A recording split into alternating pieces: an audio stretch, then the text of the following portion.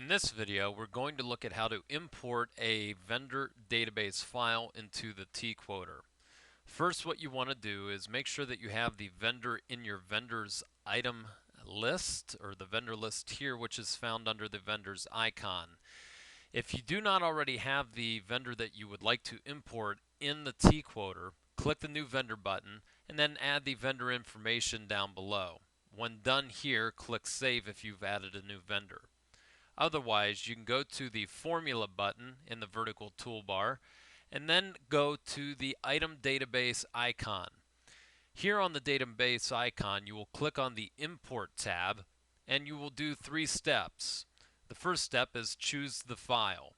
Now, if you have not already downloaded the T-Quoter database, please do so from www.tquoter.com/pricelist.htm. Once you've downloaded those, you will need to open the database using, or open the, it's a collection of vendor database files that are zipped up. You will need to unzip those and it will self-extract onto your hard drive under the T-Quoter folder. And that T-Quoter folder is found in C Program Files, CDTs/T-Quoter, and it will then put it in the Pricelist folder in the T-Quoter folder. Once you've done that, you can click the Choose File button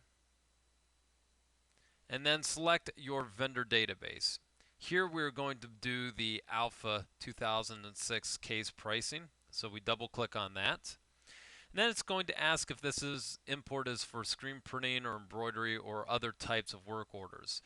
That means that you can select over here on the right hand side what work order types you would like this database to be associated with.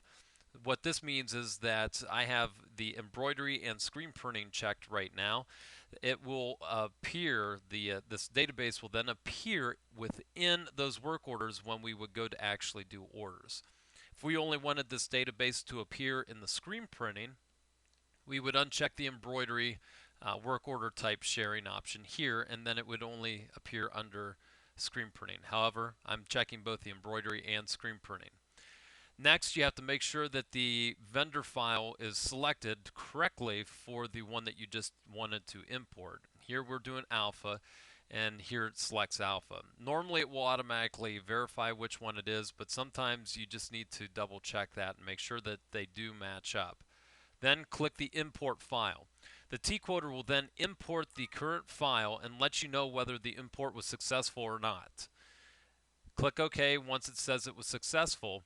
And down here you will see the item database that is going to be imported.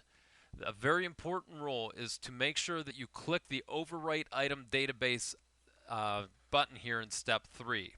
Failure to do so will not import the item database for that vendor. You can see down here it says it's updating the item database. Please wait. Once it has gone through and updated the entire database, you will be notified that the import was completely successful, and we'll be able to restart or finish off this section of the importing of the database. Here it says the item database merge was successful, and you can look at the database for the resulting merge.